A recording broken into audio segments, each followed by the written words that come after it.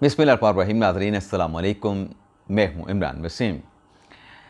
नाज़रीन, प्रोग्राम में सबसे पहले तो आपको बताएंगे जो तहरीक इंसाफ के सेक्रेटरी इत्तलात हैं, जिन्हें FIA की जानिब से रियासत मुखालिफ जो सोशल मीडिया विंग है तहरीक इंसाफ का, उसको चलाने, उसको हदायत देने पर जो उनको गिरफ़्तार किया गया। पहले 2 दिन का जिस्मानी रिमांड हुआ, फिर 3 दिन का रऊफ़ हसन का जिस्मानी रिमांड हुआ। तो आज ये 3 दिन का जिस्मानी रिमांड मुकम्मल होने के बाद जब रऊफ़ हसन साहब को अदालत में जज मुरीद साहब की अदालत में पेश किया गया, तो प्रोसिक्यूशन की जानिब से कुछ दस्तावेज़ात, कुछ डॉक्यूमेंट्स अदालत के सामने रखे गए और फिर उन दस्तावेज़ात की रोशनी में रऊफ़ हसन साहब से जब सवाल किया गया जज साहब की तरफ से, तो रऊफ़ हसन साहब ने भारतीय शहरी के साथ अपने ताल्लुकात का एतराफ़ क्यों किया, ये क्या मामला था।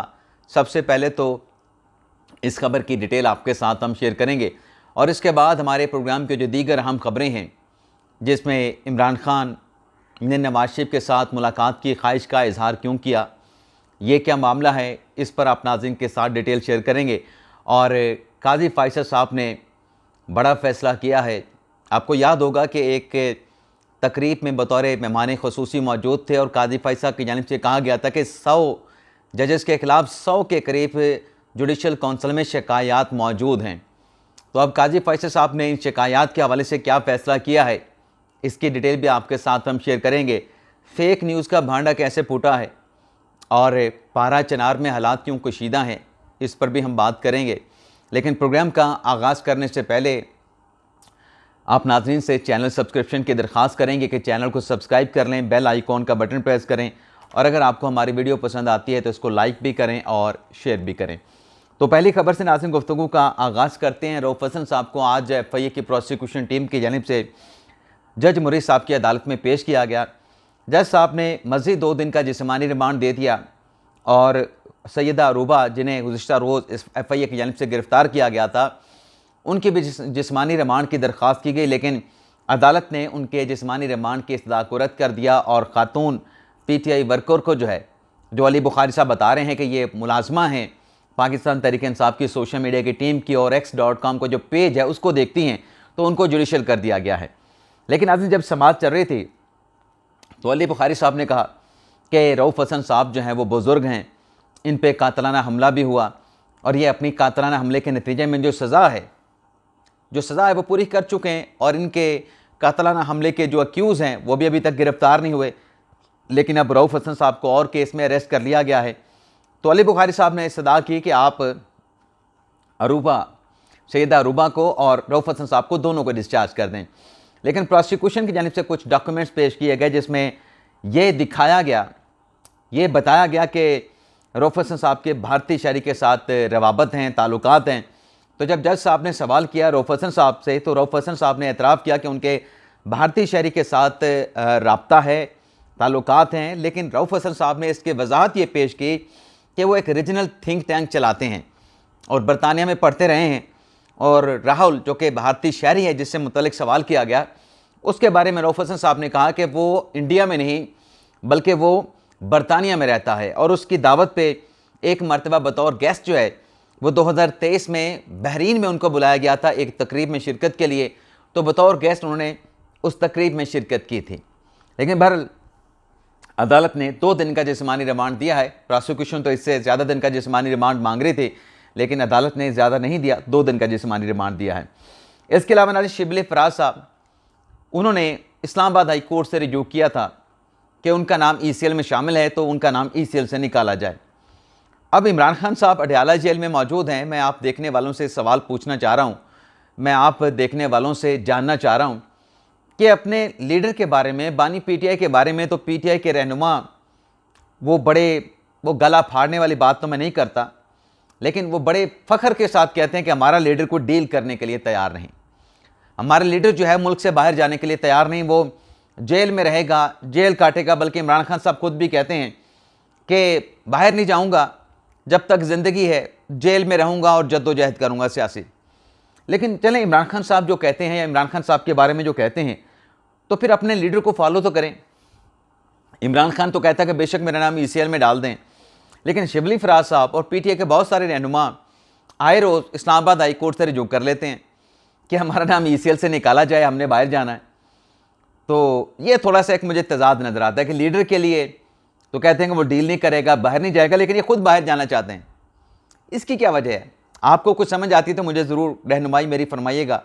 लेकिन ये जो दरख्वास्त शिबली फराज साहब ने इस्लामाबाद हाई कोर्ट में दायर की है, इसको नाज़रीन कल यानी पीर के रोज़ समाअत के लिए मुकर्रर कर दिया गया है। जैसे तारिक महमूद जंगेरी साहब जो हैं इस केस की समाअत करेंगे और इस पटिशन में शिबली फराज साहब के इस पटिशन में सेक्रेटरी दाखिला FI और मुतलका हुकाम को जो है वो फरीक बनाया गया है। तो देखते हैं कल इस समाअत में क्या होता है। इसके अलावा नाज़रीन फेक न्यूज़ की अगर हम कल बात करें तो कल एक खबर नेशनल मीडिया पे चली कि इस वक्त जो IPPs के ख़िलाफ़ प्रोटेस्ट हो रहा है, एहतजाज हो रहा है, या जो बिजली की कीमतें बहुत ज़्यादा बढ़ गई हैं, उस पर जो आवाम का और सियासी जमातों का या स्टेक होल्डर का या आवाम का जो रिएक्शन आ रहा है, उस पर यह फ़ैसला किया गया है कि ब्यूरोक्रेट्स के, जजेस के, पार्लियामेंटेरियन के और इस तरह से बाकी लोगों की जो मुफ्त बिजली है, उस मुफ्त बिजली को बंद करने की तजवीज़ दे दी गई है। अच्छा नाज़रीन, ये खबर चली, अब मैं बताने आपको ये जा रहा हूँ कि फ़ेक न्यूज़ कैसे बनती है। तो मैं उस वक्त अपने ऑफिस से निकला और मेरे साथ जनाब गुलाम मुर्तज़ा साहब मौजूद थे, हमारे ब्यूरो चीफ़ हैं। तो उन्हें फ़ोन आया कि ये ख़बर चल रही है मुख्तलिफ़ चैनल्स पे कि जिन आला ओहदेदारान को मुफ्त बिजली दी जा रही है वो बंद करने की तजवीज़ आ गई है मौजूदा हालात में। तो इस पर हमारे ब्यूरो चीफ साहब गुलाम मुर्तज़ा साहब ने कहा कि ये खबर ऐसी है जिसका सर है ना पैर है। गुलाम मुर्तज़ा साहब ने कहा कि खबर ये चल रही है कि इदारों की मुफ्त बिजली, ब्यूरोक्रेट्स की मुफ्त बिजली, जजेस की मुफ्त बिजली, पार्लियामेंटेरियन की मुफ्त बिजली। मेरे BC साहब ने जवाब दिया कि इनमें से किसी को भी मुफ्त बिजली नहीं मिलती। सरकारी इदारे अपनी बिजली का बिल देते हैं, पार्लियामेंटेरियन अपनी बिजली का बिल देते हैं, ब्यूरोक्रेट्स भी अपनी बिजली का बिल अदा करते हैं। सिर्फ जजेस की बिजली फ्री है और वो भी उनके जो रूल्स हैं, जो उनकी एम्प्लॉयमेंट के जो रूल्स हैं उसमें शामिल हैं। तो ये खबर बेसरोपा है, इसका ना सर है ना पैर है, तो लिहाजा इस खबर को छोड़ दें। खबर को छोड़ दिया नाज़रीन। आज पावर डिवीज़न की तरदीद आ गई है कि किसी इदारे की बिजली फ्री नहीं, पार्लियामेंटेरियन की बिजली फ्री नहीं, ब्यूरोक्रेट्स की बिजली फ्री नहीं, क्योंकि रिएक्शन आया बड़ा सख्त पार्लियामेंटेरियन की तरफ से कि हम पार्लियामेंट के मेंबर ज़रूर हैं, लेकिन हम जहाँ भी रहते हैं, अपने घर में रहें या पार्लियामेंट लॉजेस में रहें, हम अपना बिल खुद अदा करते हैं। तो ये फेक न्यूज़ है, हमें बदनाम ना किया जाए। इसी तरीके से नाज़रीन एक और फेक न्यूज़ कल से चल रही थी। मुख्तलिफ बयानात को अपनी खबर बना के, अपनी ख्वाहिश का रंग दे के खबर बना के चढ़ा दिया गया सोशल मीडिया पे। वो खबर नाज़रीन ये थी कि जो जर्मनी में वाक़या पेश आया, पाकिस्तान कौंसल खाने पे जो अटैक किया गया अफ़गान शहरियों की तरफ से एहतजाज के दौरान, उस पर पाकिस्तान ने एहतजाज किया था जर्मनी से। जर्मनी के डिप्लोमेट्स को बुलाया गया था पाकिस्तान के फ़ॉरेन ऑफिस में और फिर जर्मन हुकाम से कहा गया था कि इसके ऊपर कार्रवाई करें, और जर्मन हुकाम ने उस पर पाकिस्तान को कार्रवाई का यकीन भी दिलाया था। लेकिन कल से चीज़ें ये चल रही थी कि जो लोग पाकिस्तान कौंसल खाने पे अटैक में मुलविस थे, जर्मनी उनको पाकिस्तान के हवाले करने जा रहा। चल गई खबर नाज़रीन जहाँ चलनी थी सोशल मीडिया पे। आज मुझे फिर अपने दफ्तर से फ़ोन आया, पूछा इमरान साहब ऐसी कोई ख़बरें चल रही हैं, अब सोशल मीडिया ने क्या करे बंदा। तो मैंने ये जवाब दिया कि देखें, ये इस खबर का भी सर और पैर नहीं है। इस खबर का कोई जवाब इसलिए नहीं बनता है क्योंकि वाक़या जर्मनी में हुआ है। तो जब वाक़या जर्मनी में हुआ है तो वो मुजरम या मुल्ज़म वो जर्मनी के हैं, वो पाकिस्तान के नहीं हैं।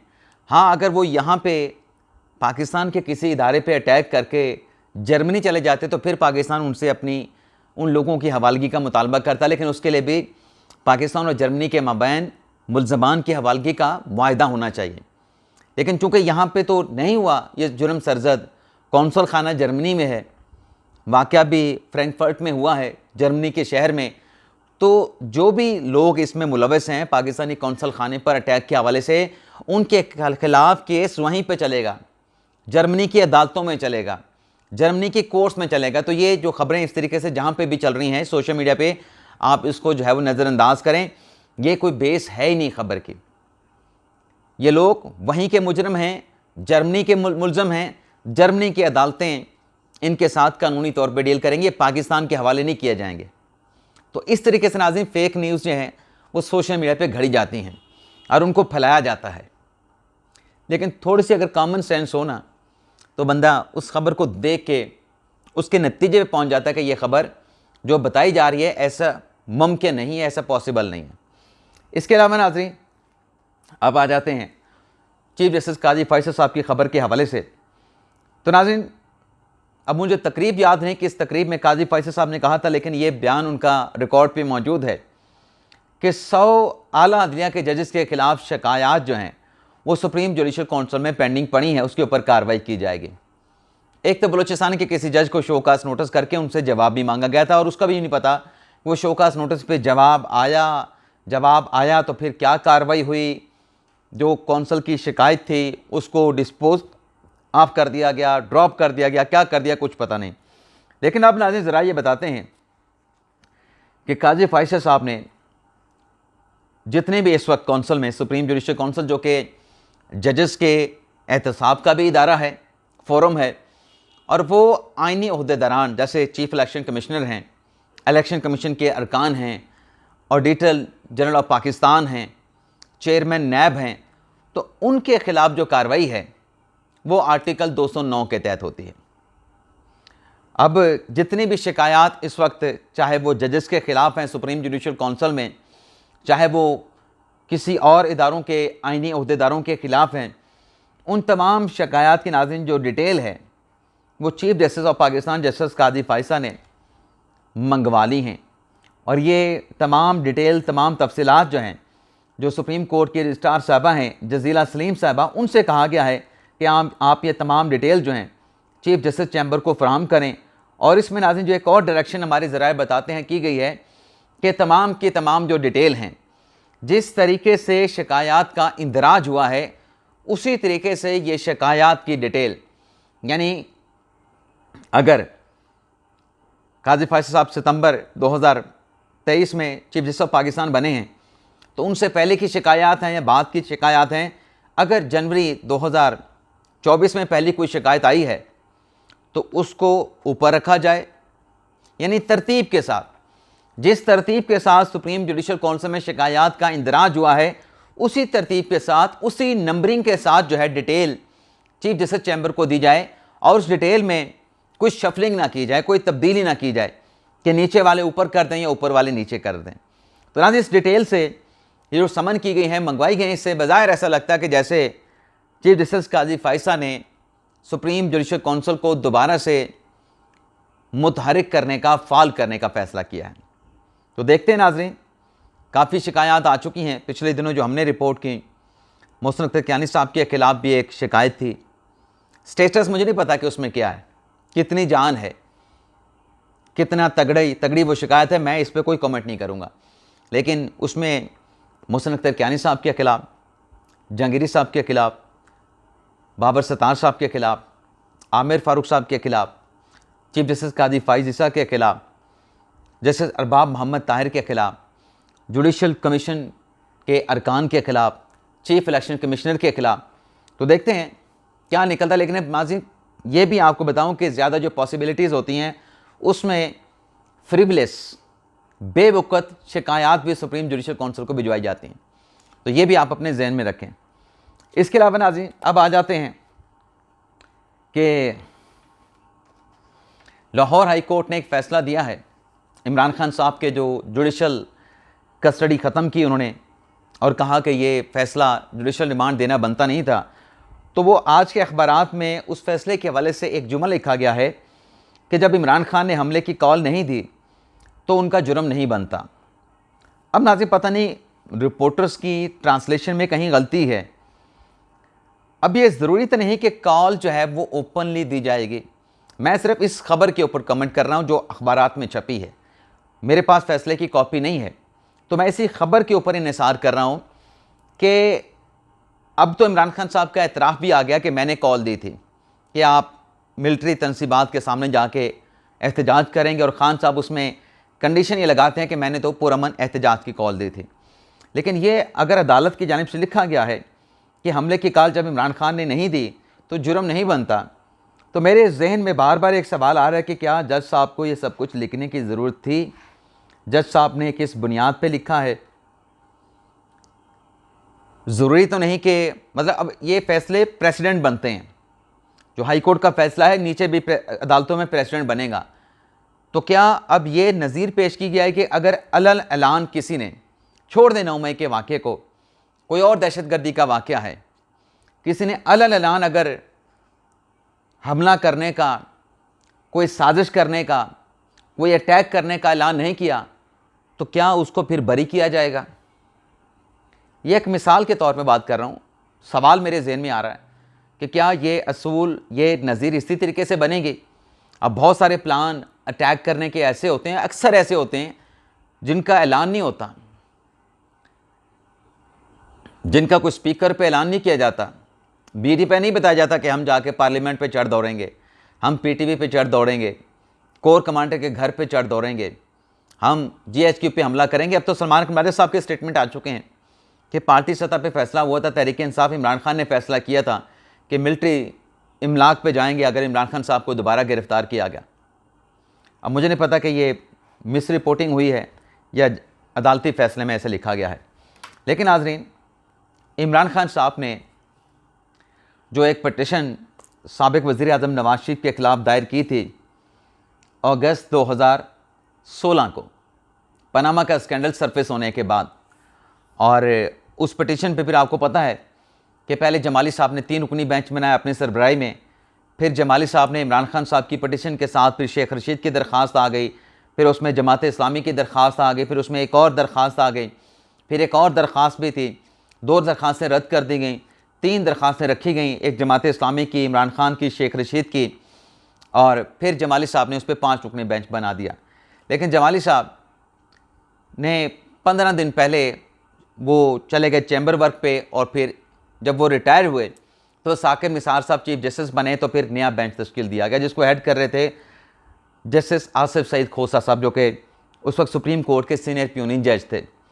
तो 28 जुलाई 2017 को खोसा साहब ने, तो जब 5 रुकनी बेंच बना, गुलजार साहब ने फर्स्ट राउंड में नवाज शरीफ को डिस्क्वालीफाई कर दिया, लेकिन बाकी जो बेंच था जिसमें इजाज़ अफजल खान थे, अजमत सईद शेख थे और इजाज़ुल एहसन साहब थे, उन्होंने जेआईटी बनाने की तरफ गए, और फिर जेआईटी की रिपोर्ट की रोशनी में 28 जुलाई 2017 को नवाज शरीफ को पनामा नहीं बल्कि इकामे की बुनियाद पे जो है वो डिस्क्वालीफाई कर दिया गया।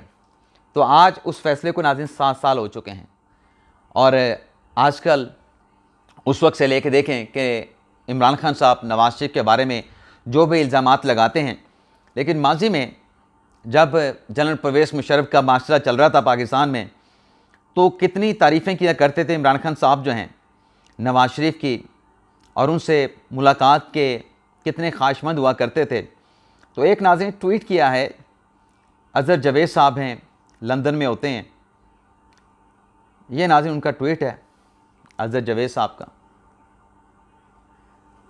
ये कल इन्होंने किया था। शायद इसमें कोई टाइम आता है तो मैं आपको टाइम भी बता देता हूँ किस वक्त किया, लेकिन शायद टाइम ना हो, टाइम नाज़रीन इसमें नहीं क्लियर हो रहा, लेकिन इसमें इन्होंने लिखा अज़हर जवेद साहब ने कि तारीख़ के झरोकों से 2006 में जब इमरान खान लंदन में जिला वतन मुशर्रफ की आमरीत के ख़िलाफ़ जद्दोजहद कर रहे थे, 2006 में जब इमरान खान लंदन में जिला वतन मुशर्रफ की आमरीत के ख़िलाफ़ जद्दोजहद करने वाले मुस्लिम लीग नवाज़ के सदर नवाज शरीफ से मिलने के लिए वक्त लेके ख़ुसूसी तौर पे आया करते थे। यानी इमरान खान साहब जो हैं वो ख्वाहिश का इजहार करते थे, राब्ता करते थे कि मैंने नवाज शरीफ के साथ मुलाकात करनी है, मुझे वक्त दिया जाए। नवाज शरीफ वक्त देते थे तो इमरान खान साहब उनसे मुलाकात करने के लिए आते थे। अज़हर जवेद साहब बता रहे हैं उस वक्त इमरान खान नवाज शरीफ को जमहूरियत का चैम्पियन करार देते थे। कौन करार देते थे? इमरान खान नवाज शरीफ को जमहूरियत का चैम्पियन कहते थे। ये तस्वीर मुस्लिम लीग नून के ऑक्सफोर्ड स्ट्रीट के दफ्तर की है, और मैं ख़ुद उस मुलाकात के मौके पर मौजूद था जब बानी पीटीआई ने सदर मुस्लिम लीग नून की शान में कसीदे पढ़े थे। ये नाज़रीन देखें, ये तस्वीर है, और खान साहब बड़े खुश हैं। और नाज़रीन यही तो हम सवाल उठाते हैं कि खान साहब ये जो पनामा, हंगामा और लंदन के फ्लैटों के चीज़ों की बात करते हैं, क्या ये पहले खान साहब से ढके छुपे थे? खान साहब तो शरीफ ख़ानदान से मुस्तफ़ीद भी हुए अपने कैंसर हॉस्पिटल के हवाले से, और प्लॉट के हवाले से भी, और हमेशा वो कई, ये तो अभी मैंने आपको तस्वीर दिखाई, अज़हर जावेद साहब का ट्वीट मैंने आपको पढ़ के दिखाया। खान साहब के अपने स्टेटमेंट मौजूद हैं, वीडियो स्टेटमेंट मौजूद है, जिसमें नवाज शरीफ की तारीफ़ें कर रहे हैं। और अज़हर जावेद साहब जैसे कह रहे हैं कि कसीदे पढ़ रहे थे, बिल्कुल इसी तरीके से कसीदे पढ़ रहे हैं उस वीडियो स्टेटमेंट में भी। तो बात यह है कि सियासत, वो क्या एक लफ्ज़ इस्तेमाल होता है कि सियासत के दिल में जो है वो सीने में दिल नहीं होता। तो यही कुछ ही हो रहा है। जब ज़रूरत थी तो नवाज शरीफ उनके साथ, इमरान खान नवाज शरीफ के पास मुलाकातें, तारीफ़ें, और जब किसी पे कंधे पे सवार हुए जिसने नवाज शरीफ को टारगेट करना था, तो फिर नवाज शरीफ के ख़िलाफ़ पता नहीं क्या क्या बयानात दिए, क्या क्या इल्ज़ामात लगाए। तो ये हमारी तारीख़ है, ये हमारी बदकिस्मती भी है, ये हमारा अलमिया भी है।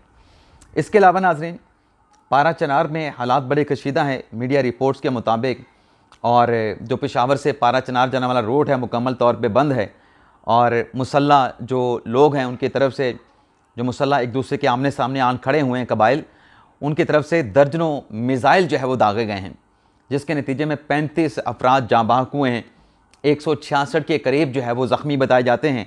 और डिप्टी जो कमिश्नर हैं कुरम के, उनकी तरफ से कहा गया है कि जो अमन जरगा है, अमन जरगा के हमायदीन की जानिब से कोशिशें की जा रही हैं कि जहाँ जहाँ पे मोर्चों पे मुसल्ला अफराद मौजूद हैं, उनको वहाँ से हटाकर जो है सिक्योरिटी फोर्सेस को चौकियाँ वहाँ पे दी जाएंगी, और हालात को जो है वो कंट्रोल कर भी लिया गया है, और मज़ीद जो है कंट्रोल करने के लिए इक़दाम उठाए जा रहे हैं। तो ये नाज़रीन आज का हमारा व्लॉग, उम्मीद करते हैं कि आपको पसंद आया होगा। आपसे इजाज़त चाहते हैं, अल्लाह ताला हम सब का हामी नासिर हो। अपनी दुआ में याद रखिएगा। अल्लाह हाफ़िज़।